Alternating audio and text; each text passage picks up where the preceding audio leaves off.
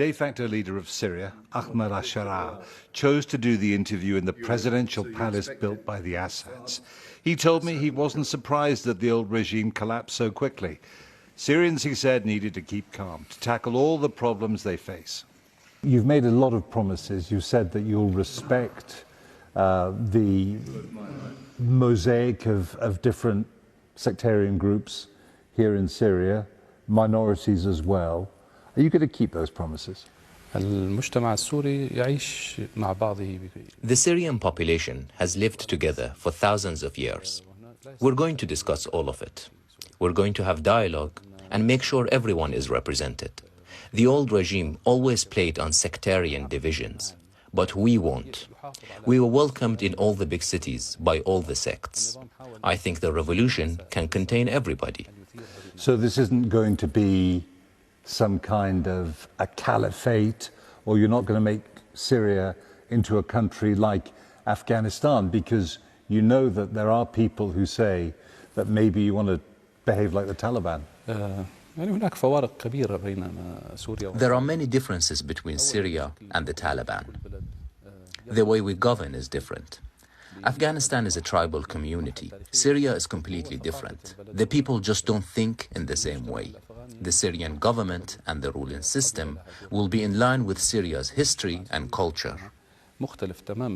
So the culture of Syria includes rights for women, it includes education for women, it includes tolerance for people drinking alcohol. Is that all acceptable to you?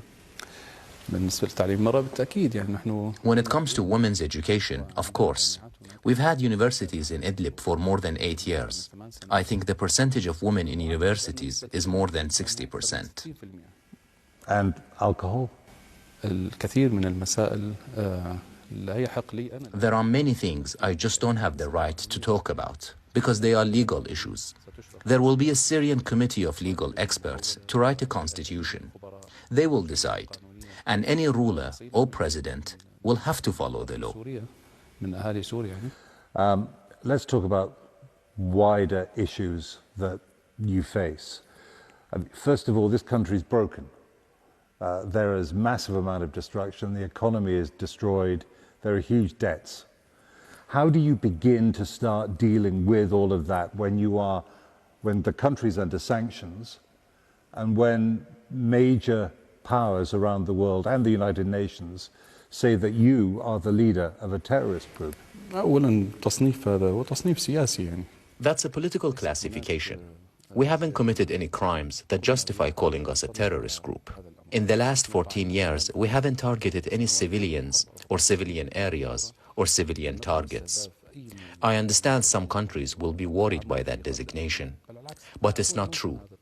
Now, after all that has happened, sanctions must be lifted because they were targeted at the old regime. The victim and the oppressor should not be treated in the same way.